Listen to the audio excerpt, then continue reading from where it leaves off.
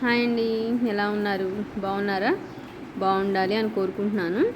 యాక్చువల్గా ప్రజెంట్ ఉన్న డేస్లో అయితే ఎవరికి వాళ్ళు లేడీస్ కూడా ఆల్మోస్ట్ చన్నీళ్ళకు వేడినీళ్ళ ఉంటాయని, చదువుతో సంబంధం లేకుండా ఎవరికి తగ్గ పని వాళ్ళైతే చేసుకుంటున్నారు. ఇప్పుడున్న బయట ఖర్చులు పెరిగిన దాన్ని బట్టి కావచ్చు, ఏదో ఒకటి కావచ్చు.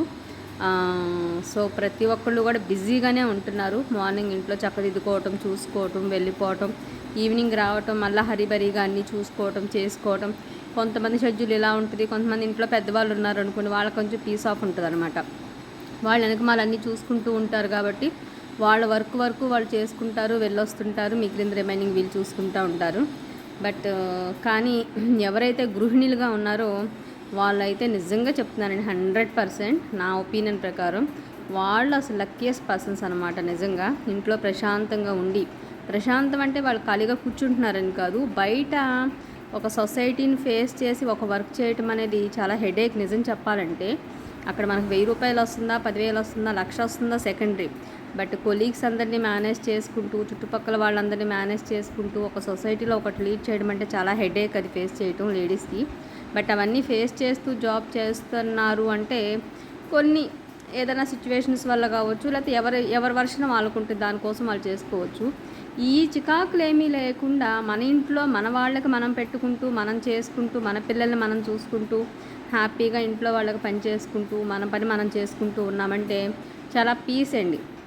ఏదైనా ఒక మాట మన ఇంట్లో వాళ్ళే మనల్ని అంటారు. మనం ఒకవేళ ఒక మాట అనాల్సి వచ్చినా మన ఇంట్లో వాళ్ళనే మనం అంటాం. బయట వాళ్ళకి ఆన్సర్ చేయాల్సిన అవసరం లేదు, బయట వాళ్ళతో ఒక మాట పడాల్సిన అవసరము ఉండదు. అది నిజంగా ఆడవాళ్ళకి మాత్రం అది అదృష్టం అని చెప్పుకోవచ్చు. కానీ చాలామంది ఆడవాళ్ళు ఎవరైతే ఇంట్లో గృహిణులుగా ఉంటారో వాళ్ళు చాలా గిల్ట్ ఫీల్ అవుతా ఆన్సర్ చెప్పే సిచ్యువేషన్స్ కూడా నేను చూశాను. ఎలా అంటే, అయ్యో నేను చాలా చదువుకున్నాను కానీ చేయలేని పరిస్థితి, వీళ్ళు ఒప్పుకోవట్లేదు, లేకపోతే పిల్లలు చిన్నోళ్ళు ఇంకా ఇంట్లోనే ఉన్నాను, అంత చదివించి వేస్ట్, నేను కూడా ఇంకా పెద్ద జాబ్ చేయగలను అంటూ పాపం మనం ఎక్కడ అవతలాళ్ళు ఎక్కడ తక్కువగా చూస్తారో అనే ఫీల్తో వాళ్ళకి వాళ్ళే కవర్ చేసుకుంటూ ఉంటారు. చాలా వరకు చాలా సందర్భాలను నేను అబ్జర్వ్ చేశాను. నిజం చెప్పాలంటే ఒక ఫ్యామిలీని లీడ్ చేయటం, మార్నింగ్ టు ఈవినింగ్ వరకు ఫ్యామిలీ మెంబర్స్ని బేస్ చేసుకుంటూ వాళ్ళకి కావాల్సినవి అమరుస్తూ చేయటం అనేది it's not a small responsibility.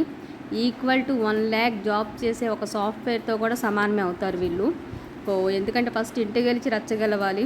So మన ఇంటిని మనం ఫస్ట్ కాపాడుకుని, మన ఇంట్లో వాళ్ళకి కావాల్సినవి చూసుకుని చేసుకుని, ఆ తర్వాత ఇంకేదన్నా చూస్తే అది వేరే విషయం కదా. సో అలాంటి జాబ్ చేసే వాళ్ళని నేను తక్కువ చేస్తున్నాను కాదు, ఎవరి సిచ్యువేషన్ బట్టి వాళ్ళని చేసుకుంటాము. మనం బతకడానికి రూపాయి అనేది అవసరం కాబట్టి, సో ఎవరి ఫైనాన్షియల్ స్టేటస్ని బట్టి వాళ్ళని చేసుకుంటాం. బట్ ఎవరైతే ఇంట్లో ఉంటారో వాళ్ళు మాత్రం హ్యాపీ లక్కీయెస్ట్ పర్సన్స్ అని నా ఒపీనియన్.